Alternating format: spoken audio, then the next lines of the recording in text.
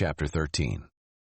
If a prophet or someone who has dreams arises among you and proclaims a sign or wonder to you, and that sign or wonder he has promised you comes about, but he says, "Let's follow other gods, which you have not known, and let us worship them," do not listen to that prophet's words or to that dreamer.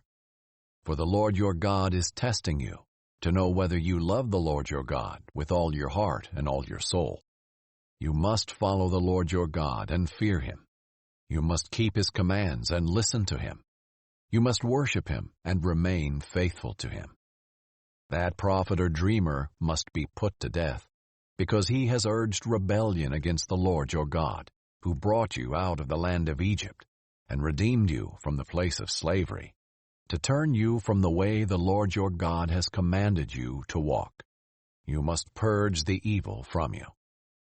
If your brother, the son of your mother, or your son or daughter, or the wife you embrace, or your closest friend, secretly entices you, saying, "Let's go and worship other gods, which neither you nor your ancestors have known," any of the gods of the peoples around you, near you or far from you, from one end of the earth to the other, do not yield to him or listen to him. Show him no pity, and do not spare him or shield him. Instead, you must kill him. Your hand is to be the first against him to put him to death, and then the hands of all the people.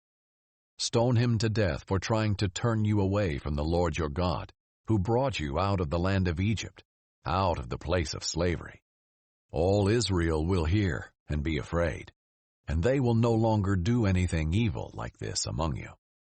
If you hear it said about one of your cities the Lord your God is giving you to live in, that wicked men have sprung up among you, led the inhabitants of their city astray, and said, "Let's go and worship other gods," which you have not known, you are to inquire, investigate, and interrogate thoroughly.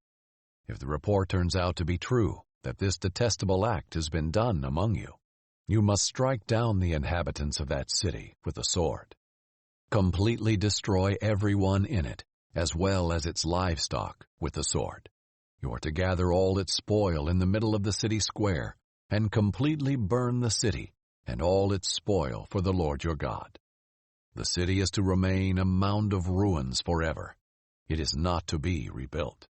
Nothing set apart for destruction is to remain in your hand, so that the Lord will turn from his burning anger and grant you mercy, show you compassion, and multiply you, as he swore to your ancestors.